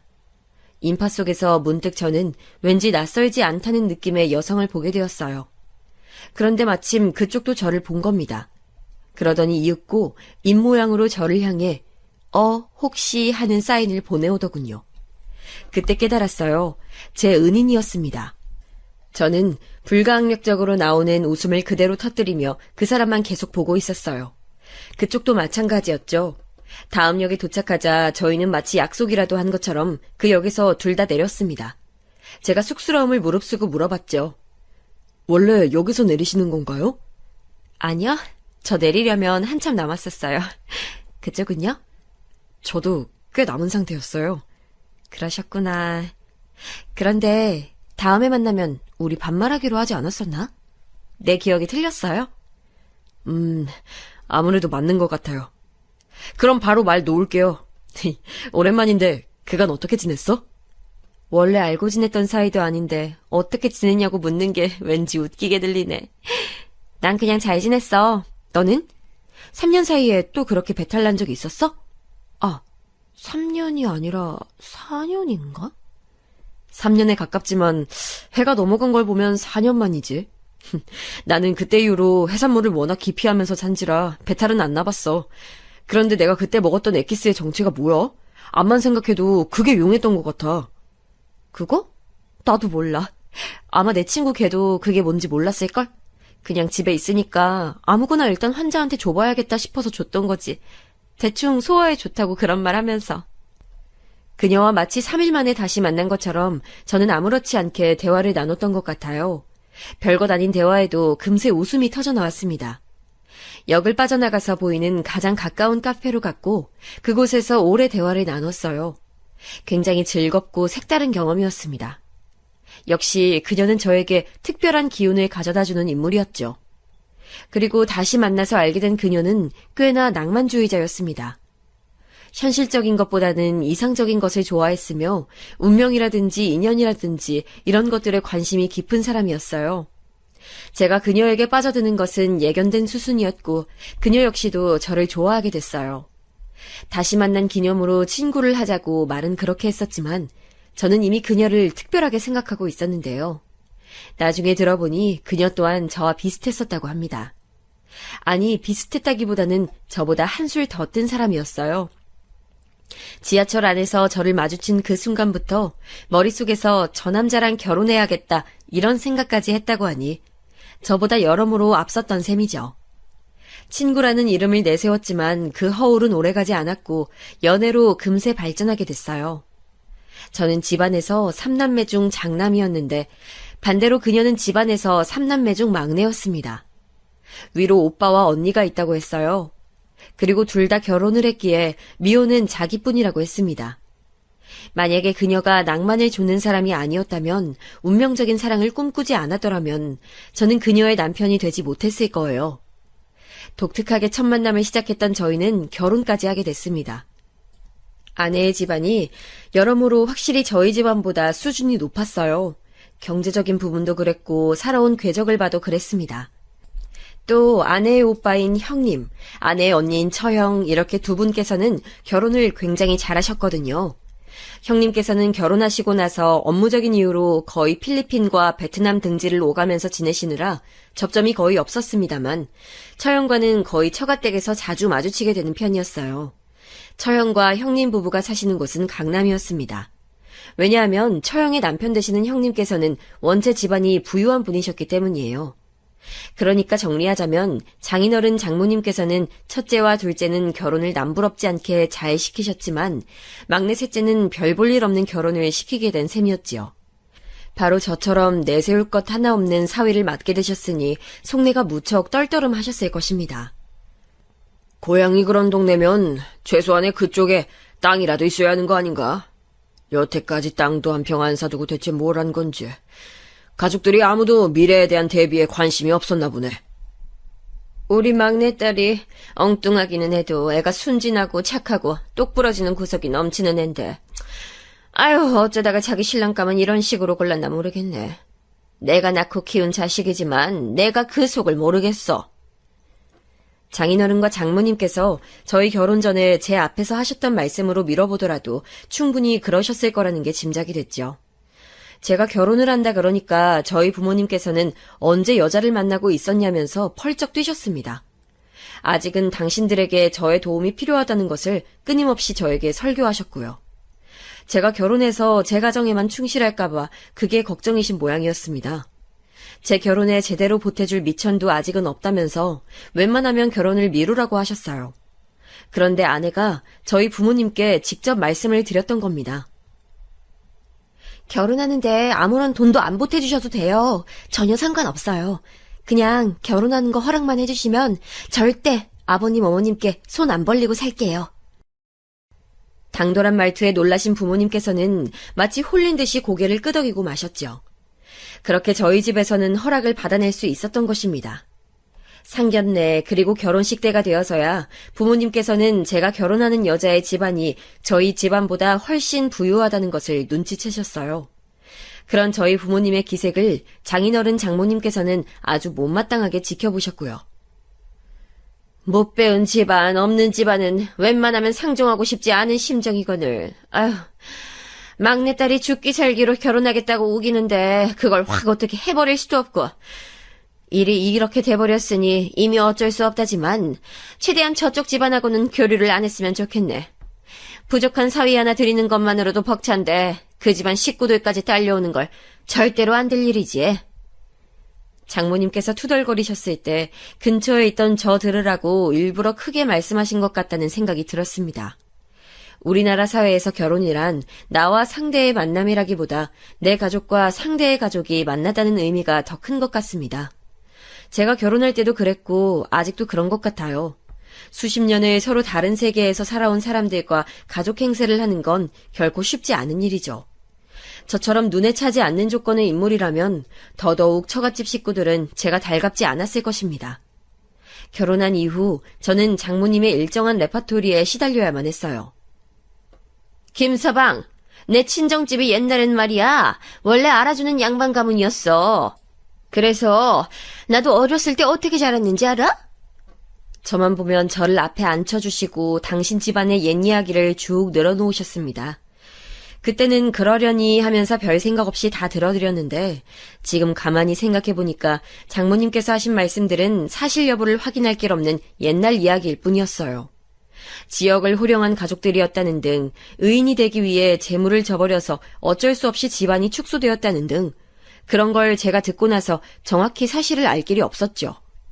장모님께서는 단지 막내딸의 사위로 들어온 저를 향해 나는 이렇게 잘난 핏줄이니까 네가 잘 알아두고 알아서 잘 기어라 이런 의미를 끊임없이 표하고 싶으셨을 뿐인 것 같습니다. 그 외에도 장모님께서 자꾸만 저의 길을 꺾어놓고 마치 저를 당신의 노예 삼으시려는 작정이라도 하신 것처럼 구시는 게 많았는데 그것까지 다 적자면 제가 사연 한 개로는 이야기를 다 못 끝낼 것 같습니다. 결혼하고 나서 1년 동안 겪었던 에피소드가 정말 이상한 내용들이었거든요. 아내를 사랑하는 마음이 조금만 더 부족했어도 아마 저는 이 집안 사위 안 하겠다며 뛰쳐나갔을지도 모를 일이에요. 하지만 저는 너무나도 아내를 사랑하고 있었으며 아내 또한 저와 결혼한 게 자기 인생에서 가장 잘한 일이라고 말해주는 사람이었으므로 제가 무슨 수모를 몰래 당하든 말든 묵묵히 이겨낼 수 있을 정도였던 것 같습니다. 하지만 저의 심장을 후벼 파는 저를 제대로 공격할 수 있는 카드를 장모님께서는 따로 쥐고 계셨죠. 처형이 부잣집에 시집을 가셨단 건 위에서 제가 밝혔었죠. 처형께서는 아들 하나가 있었는데 저희 부부가 결혼한 뒤로는 처형과 형님 부부가 딸을 하나 더 보셨습니다. 그리고 저희 부부의 딸과 서로 동갑입니다. 같은 해에 처형과 아내가 출산을 했어요. 처형은 2월에 저희 아내는 7월에 출산을 했는데요. 당연히 빠른 생일을 따라서 처조카가 먼저 저희 딸보다 학교에 들어갈 줄 알았는데 아니었습니다. 생년대로 입학해서 저희 딸이랑 완전히 동갑이 되어버렸어요. 이 사실을 원망하게 될 줄 몰랐습니다. 장모님께서는 둘째 사위인 형님을 저보다 훨씬 위하셨어요. 그 차별이 눈에 보일 정도였습니다. 형님께서는 부유한 집안이라는 배경을 두신 데다가 학벌도 저보다 위였기 때문에 사람 마음이란 게 기울 수밖에 없다고는 생각을 했었어요. 하지만 저도 제 아내의 모친인 장모님과 가까워지고 싶었고 정말이지 잘 모시고 싶다는 희망이 있었습니다. 처가댁에 가면 늘 장모님 곁에서 조금이라도 더 수발을 들어드리려고 했고 여러 가지도 도와드리면서 아등바등 해봤지만 차별당하는 느낌은 여전했습니다. 일부러 그러시는 건진 몰라도 장모님께서는 자꾸 형님 앞에서 우리 예쁜 큰사위, 아휴, 보기만 해도 아주 배가 다 불러. 나는 밥 안 먹어도 우리 큰사위만 보면 든든해서 배도 안 고프다니깐. 저 보란듯이 이런 말씀을 꼭 하셨어요. 큰사위라고 지칭하면서 위계도 강조하셨어요. 제 쪽으로 눈을 흘기면서 그런 말씀들을 하셨기 때문에 제 입장에서는 참 속이 안 쓰릴 수가 없었습니다. 큰 사위는 걱정이 안 되는데 우리 작은 사위는 이런 식으로 말씀을 얼버무리시면서 제 쪽을 향해 한숨을 쉬실 때는 정말 좌불안석, 처가댁에 있는 것 자체가 가시방석이었습니다. 속 좁다는 얘기를 듣게 될까봐 부족한 조건인 전 객관적인 사실인데 그것 가지고 따지고 드는 우스운 사람이 되어버릴까봐 저는 불만을 감히 토로하지도 못하고 지냈습니다. 사랑하는 아내를 봐서라도 늘 소가리로만 끝냈죠. 제 여동생이 모아둔 돈이 한 푼도 없건만 결혼한다고 그랬을 때 제가 도와주는 수밖에 없었습니다. 남동생 녀석이 방황하는 벌은 못 고치고 기어이 사고를 쳐댔을 때 수습하는 것은 당연히 저의 몫이었는데요. 이런 과정이 처가댁에 알려지게 되면서 저는 또 한 번 고개를 들 수 없는 입장이 되었습니다. 아내는 무조건 강경하게 제 편이었기 때문에 처가 식구들은 차마 아내한테는 직접적으로 쓴소리를 못하고 저를 은근하게 왕따시키면서 자꾸 사람의 인격을 깎아내려갔죠. 형님과 제가 비교를 당하는 건 언제나 피할래야 피할 수 없는 상황이었는데 진작에 해탈하긴 했습니다만 남자로서 자존심이 늘 상하는 것만큼은 막을 수가 없었습니다. 이건 너무 가슴 아팠던 부분인데요. 특히 딸아이들이 커가면서부터는 아이들을 투영해서 그 차별을 느낄 수가 있었어요. 명절 같은 때에 다 함께 모이면 그런 것들이 잘 보였습니다. 아이들이 처가댁 근처에 있는 문구점에서 과자 몇 개 사 먹고 자판기에서 음료 뽑아 먹고 싶다고 그랬을 때였어요. 자판기에서 나오는 율무차 엄청 맛있는데 우리 그거 먹으러 가자. 저희 딸이 그렇게 말했을 때 장모님께서는 코웃음을 치셨습니다. 아휴, 별 같지도 않았어. 그런 구질한 입맛은 누구 닮았는지 모르겠네. 장모님께서 비꼬시는 말을 어렸던 제 딸은 무슨 의미인지 몰랐기에 그런 말을 들어도 그냥 방실방실 웃을 따름이었는데요. 그래서 제 가슴이 더 아팠습니다. 딸은 자기 외할머니를 무척 좋아하는 아이였으니까요. 장모님께서 쌀쌀맞게 구시거나 말거나 딸은 부침성 좋게 굴었습니다. 나도 율무차 먹고 싶어. 우리 과자랑 율무차랑 같이 먹어보자. 형님의 딸인 처조카 아이가 저희 딸의 발언에 맞장구를 치며 그렇게 말했을 때 갑자기 장모님께서는 눈빛을 빛내시며 주머니를 뒤져 돈을 찾으셨습니다. 우리 손녀 자판기에서 율무차 뽑아 먹고 싶었죠? 아이고, 여기 할미가 돈 줄게. 가서 우리 손녀 먹고 싶은 만큼 뽑아 마셔. 알았지? 아이고, 누구 닮아서 율무차같이 고소한 걸 좋아하나 모르겠네. 우리 손녀 예쁘기도 하지. 그런 차별을 보고 있으려면 절로 입맛이 썼네요. 어느 날엔 아내가 드디어 그런 정황들을 포착해내곤 화가 머리끝까지 나서 장모님께 따졌습니다. 다들 너무하지만 엄마가 그 중에서도 가장 너무한 거 아니야? 왜 똑같은 손녀인데 차별해? 왜 누군 예뻐하고 누군 미워하냐고. 그게 어른이 돼서 할 만한 행동이야? 엄마 제발 부끄러운 줄 좀 알아. 그럼 네가 잘난 서방 만나서 결혼하지 그랬냐? 뭐라고? 엄마 지금 나한테 뭐라 그랬어? 잘난 서방? 네 언니는 강남 사는 남자 만나서 지금까지 떵떵거리고 사는데 넌 지금 이 꼬라지가 이게 뭐야? 어디 경상도 시골에서 변변찮은 재산 하나 없는 집안의 남자를 만나서 이토록 볼품없게 사냐고. 네가 먼저 내 가슴에 대못 박은 거야 이거사. 엄마는 나를 딸로서 바라본 게 아니라 무슨 자식 장사하는 것처럼, 내가 장사에 내놓는 물건인 것처럼 바라봤었나 봐. 내가 누구랑 만나서 결혼하든 딸 자식이 사랑하는 사람과 만나서 행복하게 산다는데 그게 그렇게나 마음에 안 들어? 그 사이에서 태어난 아이도 미울 만큼, 차별할 만큼. 너도 네 자식 시집 보낼 때 되면 내 마음 알 거야. 지금은 백날 말해봤자 네가 날 이해하겠니? 아니, 난 내 자식 시집 보낼 때가 돼도 지금 엄마 이해할 수 없을 것 같아. 나는 적어도 그런 걸로 자식들 등급 나누고 차별할 생각 따위 추호도 없으니까. 화가 난 아내는 장모님과 열띤 설전을 벌였습니다. 그 이후로 저희 집은 처가댁에 별 건수가 없는 이상 발걸음을 하지 않게 되었습니다. 내심 아내의 그런 결정이 반가웠던 것은 사실이에요. 저에게 처가댁은 마음이 무거워지는 곳이었으니까요. 하지만 또 한편으로는 저 때문에 아내가 자기 식구들과 거리가 멀어진 것 같아서 너무 미안했고 죄스럽기까지 했었습니다. 내가 잘난 집안에서 태어난 놈이었다면 어땠을까? 형님처럼 장모님께 인정받고 사랑받는 사위가 될 수 있었겠지. 아니, 내가 비록 타고난 배경은 부족하더라도 좋은 대학에서 좋은 직업을 가졌다면 지금보다 훨씬 떳떳했을 텐데. 이게 다 내가 게으르고 부족하게 살아서 그렇구나. 우리 딸한테는 나보다 좋은 미래가 허락됐으면 좋겠는데. 저희 부모님께서는 자식 농사에 기대를 거셨던 분인 것을 제가 알고 있었기에 책임감이 막중했던 장남으로서 고작 이런 어른이 되어버린 것에 새삼 죄송한 마음이 들었습니다. 동생들이 크게 될 제목이 아닌 것을 저는 진작 알고 있었고 그랬기에 저는 더 열심히 살아야 했던 게 맞았습니다. 그러나 저는 그렇게까지 열심히 살지 못했던 것 같아요. 큰 사람이 되지 못했죠. 제 스스로가 너무 못났다는 생각이 들면서 한없이 초라해졌어요. 나는 당신 배경 보고 결혼한 거 아니야. 잘 알지? 난 그냥 당신이란 사람이 너무 좋아서 결혼했어. 그러니까 이제 와서 이상한 생각하면 나 정말 섭섭해. 그렇게 말해줘서 정말 고마워, 여보. 그런데 정말 후회 안 하는 거 맞지? 옛날 그때 배 아파서 쓰러져 있던 날 모른 척하고 지나갈 걸, 아니면 지하철에서 마주쳤을 때 모른 척할 걸 이렇게 후회하고 있는 거 아니겠지? 뭐야, 당신 지금 장난해? 내가 당신이랑 결혼하고 싶어서 얼마나 난리를 쳤었는데. 그래, 장난이야.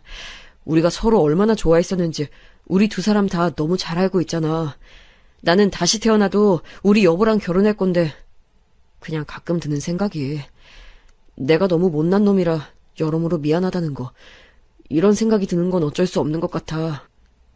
미안해. 내가 이렇게 좁은 생각하는 사람이라서. 그거 알아? 나야말로 당신한테 미안할 때 많다는 거. 나랑 결혼만 안 했어도 더 행복한 결혼 생활 할 수 있었을지도 모르는 남잔데 이런 생각 들 때마다 나도 참 당신한테 미안해져. 내가 결혼하자고 당신을 조르고 졸랐었잖아. 그런 나한테 끌려와준 당신한테 고마우면서도 한편으로는 내내 미안해왔어. 하지만 저에게는 애틋한 아내가 있었습니다. 그리고 세상에서 가장 사랑하는 딸이 있었습니다. 이것만으로도 저는 세상에서 가장 행복한 놈이 분명했죠. 딸이 궁금해했어요. 왜 갑자기 외가댁에 잘 안 가는 것인지요. 저희 부부는 그냥 바빠서 외할아버지 외할머니한테 사정이 있어서 이런 식으로 둘러댔습니다. 딸이 진실을 알길 원하지 않았어요. 하지만 영영 처가댁을 안 갈 수는 없는 노릇이었습니다. 집안 행사가 있어서 방문했을 때였죠. 장모님께서 저를 바라보시는 눈빛이 조금 살벌하다고 그때 느꼈어요. 저로 인해서 당신의 막내딸과 싸우게 됐고 교류도 드물게 된 것이라 여기면서 저를 탓하시는 것으로 보였습니다. 영 못마땅한 것을 바라볼 때의 눈빛, 딱 그런 표정으로 저를 보셨어요. 저에게만 그러시는 것이었으면 상관없었을 것입니다. 익숙하기도 했고요. 하지만 딸한테까지 그러시는 건 정말 선을 넘는 것이었어요.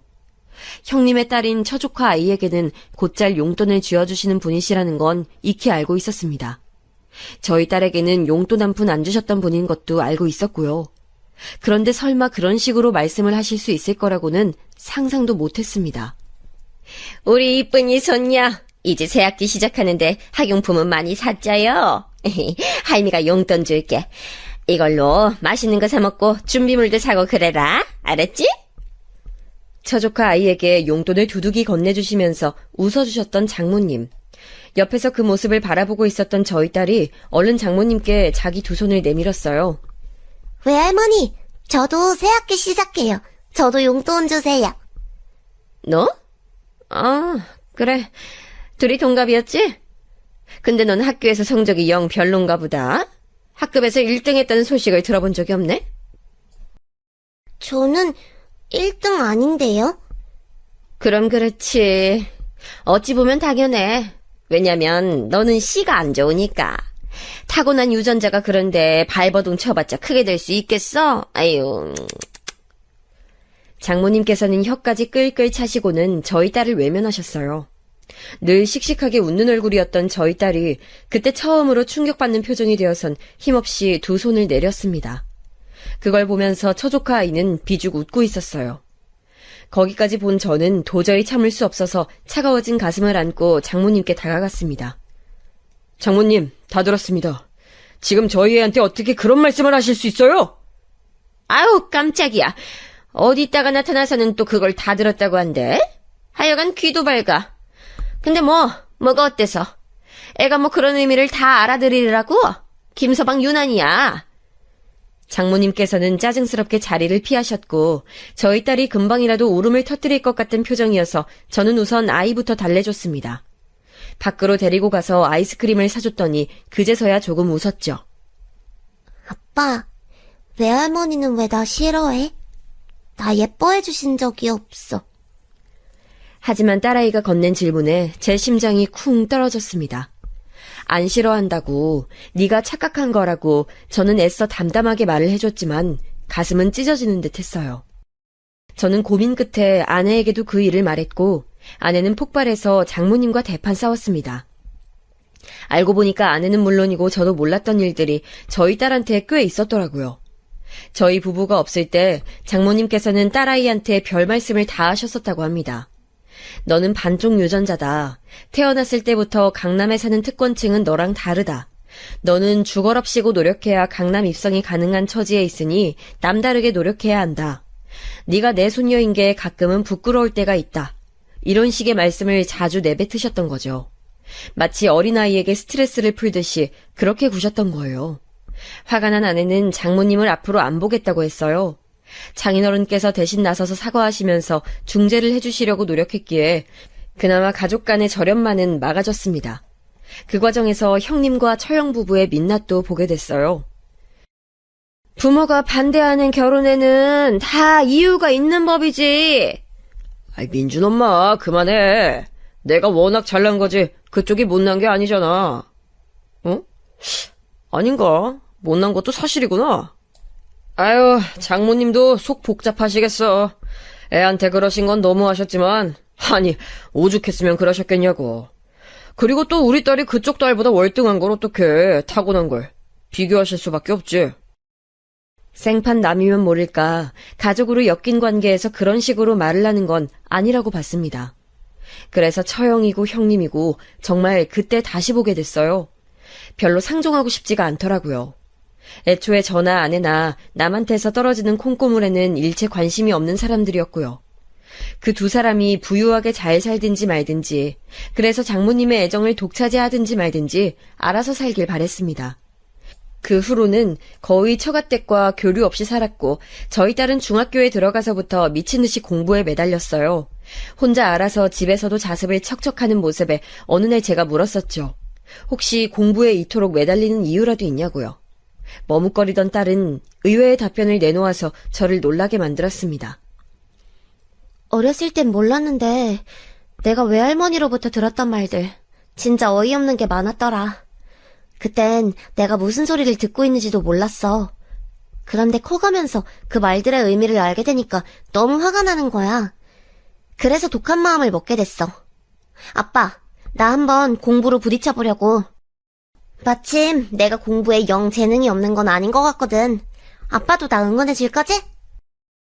영특한 딸은 자기가 어렸을 적에 장모님으로부터 들었던 말들을 다 기억하고 있었고 커갈수록 그 의미들을 알게 됐던 거예요. 그래서 이를 악물고 성공에 대한 갈망을 하게 되었다고 했습니다. 미안하기도 했고 기특하기도 했고 정말 복합적인 감정이 들었습니다. 저희 딸은 자기 말 맞다나 공부에 재능이 있었어요. 결코 노력만으로는 채워지지 못할 영역이라는 것이 있는데 저희 딸은 그런 부분까지 넘볼 수 있는 인물이었습니다. 저희 부부로서는 놀랄 노자였죠. 시키지도 않았건만 혼자서 공부를 어찌나 잘해내던지 한 번 책상에 앉으면 기본 3시간은 움직이지도 않았어요. 우리 부모님께서 그토록 바라셨던 게 자식 농사 잘 짓는 것이었는데 3남매 중에서 한 명이라도 성공하길 바라셨고 그래서 우리 교육만큼은 신경을 써주셨었는데 나는 그걸 내 딸을 통해서 이뤄낼 것 같네. 우리 부모님께서는 손녀를 통해 이뤄내시는 셈이 되겠구나. 저는 저희 딸이 범상치 않음을 알아봤습니다. 역시나 저희 딸은 고등학교 내내 전교권은 물론 전국권에 드는 성적을 기록했어요. 망설임 없이 의대에 들어가더라고요. 저희 부부랑 상의하고 말 것도 없이 그냥 의사 될게요 라고 말한 것이 전부였어요. 물론 저희는 불만 없이 무조건 지지해줬죠. 솔직히 제 아내는 딸이 음악가라든지 소설가가 된다고 해도 주저없이 찬성할 만한 사람이었거든요. 여전히 낭만주의자의 이상주의자라서 말입니다. 자기 엄마에 비해 지극히 현실적이고 철두철미한 성격인 제 딸은 의대 생활도 무리 없이 잘 해냈습니다. 그러는 동안에 처가댁 사람들은 어떻게 됐냐고요? 가장 관건인 형님 처형집은 그저 그렇게 사셨어요. 형님 일이 좀 안 풀렸긴 한데 원체 집안 사정이 어렵지 않았다 보니까 금전적으로 힘든 부분은 없는 듯 했습니다. 다만 문제라면 자식 농사랄까요? 형님 처형께는 아들도 있었거든요. 얘가 첫째입니다. 대학 나오고 회사 들어간 지 얼마 안 돼서 사고 쳤어요. 상대는 20살 여자애였습니다. 일가 친척이라곤 하나도 없는 천혜고와 보육원 출신 여자애였어요. 편의점 아르바이트를 하고 있었는데 그게 첫째 조카의 회사 바로 근처였던 거예요. 그렇게 인연이 엮였고 처형의 표현에 따르자면 악연이 됐습니다. 임신을 했는데 다른 도리가 있어야죠. 결국엔 결혼시켰어요. 그리고 저희 딸과 동갑인 처조카 아이요. 수능을 말아먹었다더니 재수를 했어요. 재수 끝에 간 대학은 대전에 있는 4년제였습니다. 그러더니 1년 다니고 자퇴했어요. 다시 대학을 들어가겠다 했죠. 하지만 처조카 아이가 다시 대학에 들어가는 일은 없었답니다. 25이 되도록 집에서 아무것도 안 하고 있으니까 처형이 화가 나서 운전면허라도 따라고 그랬대요. 처조카 아이는 운전면허에서 계속 떨어졌고 무면허 상태에서 처형의 차를 끌고 나갔다가 강남 한복판에서 오중 추돌 사고를 냈습니다. 피해 차량 중에서 한 대는 국내에 몇 대 없다는 초고가 차량이었고요. 나머지 차량도 전부 외제차였다고 하니 이 정도면 운도 지질이 없는 경우였죠. 명절이 장인어른 생신과 겹치는 바람에 온 집안 식구들이 다 모인 자리였습니다. 형님이랑 처형은 오셨는데 자식들은 두고 오셨더군요. 왠지 간만에 뵌 장모님의 안색이 파리하다고 그날 생각했어요. 그런데 그 안색을 완전히 썩어 문드러지게 만드는 인물이 있었으니 바로 저희 딸이었습니다. 외할머니, 정말 오랜만에 뵙는 것 같아요. 제가 워낙 공부하느라 정신이 없었잖아요. 저 의대 합격했을 때 뵙고 그 후로는 지금이 처음 뵙는 거네요. 왜 이렇게 시간이 빨리 가는지 모르겠어요. 제가 벌써 20대 후반이라니 저도 안 믿겨요. 그간 잘 지내셨어요? 그래. 넌 아주 좋아 보이는구나. 아유, 우리 손녀. 이 할미가 늘 기특하게 생각하고 있단다. 어머, 정말이세요? 다른 손녀랑 착각하시는 건 아니고요? 저희 딸이 즐겁게 웃더니 조용한 목소리로 바로 근처에 있는 저한테만 들릴 정도로 장모님께 이렇게 속삭였습니다. 다른 손녀만 편애하시는 걸 제가 똑똑히 기억하고 있는데 혹시 치매 오신 건 아닌지 걱정되네요. 외할머니, 참 신기하죠? 강남에서 태어난 씨가 좋은 년은 뭘 해도 안 되는 만년백수인데 씨가 안 좋은 저는 인생 탄탄대로를 걷고 있는 의사네요. 저희 딸은 완전히 핏기가 가신 장모님의 얼굴을 인자하게 내려다보면서 태연하게 그 어깨를 두어 번 주물러 드리기까지 했습니다. 저는 깜짝 놀란 기색을 갖추느라 애를 써야 했지요. 장모님께서는 저희 부부를 향해 옛날엔 정말 미안했다며 사과의 뜻을 밝히셨지만 아내가 원체 강경했기에 그 의견을 따르기로 했습니다. 그러니까 모르는 척 하는 것이었죠. 예? 장모님, 옛날이라뇨? 전 무슨 말씀하시는 건지 모르겠습니다. 이러지 마, 김서방. 서운한 거 있으면 부디 다 풀어주면 안 될까? 내가 늙어가니까 어디 기댈 때도 마땅치 않고 정말 내가 반성이 들어서 그래. 글쎄요. 저는 계속 장모님께서 무슨 말씀을 하시는 건지 이해가 안 돼서 말입니다. 김서방, 내가 다 잘못했어. 우리 손녀한테도 내가 못할 짓 했었어. 내가 미안해. 저는 전적으로 아내를 따르며 사는 사람이니까 아내가 시킨 지침대로만 행동하기로 했어요. 이렇게 대응하라고 했으니 이렇게 대응하는 게 맞겠죠. 저희 딸은 엄청 잘 나가는 인생을 살고 있는 중이에요. 보기만 해도 배가 부르다는 건 이런 것이더군요. 아빠, 군자의 복수는 10년이 걸려도 늦지 않는다는 말 알아? 내가 보니까 20년이 걸려도 안 늦는 것 같아. 속이 다 시원해. 장모님의 파리해진 안색을 곱씹을수록 통쾌하다면서 딸은 엄청 즐거워했었죠. 저희 딸은 자기 친할아버지, 친할머니와 가깝게 지내고 있어요. 저희 부모님께서 손녀 사랑이 엄청나시거든요. 저희 식구들은 그래서 다 저희 딸이라면 사족을 못 쓴답니다. 집안의 자랑이라고 늘 예뻐해주고 있죠. 사랑하는 아내와 딸, 평생의 의지가 되는 가족들을 두었으니 어쨌거나 저는 예나 지금이나 참 행복한 놈인 것 같습니다.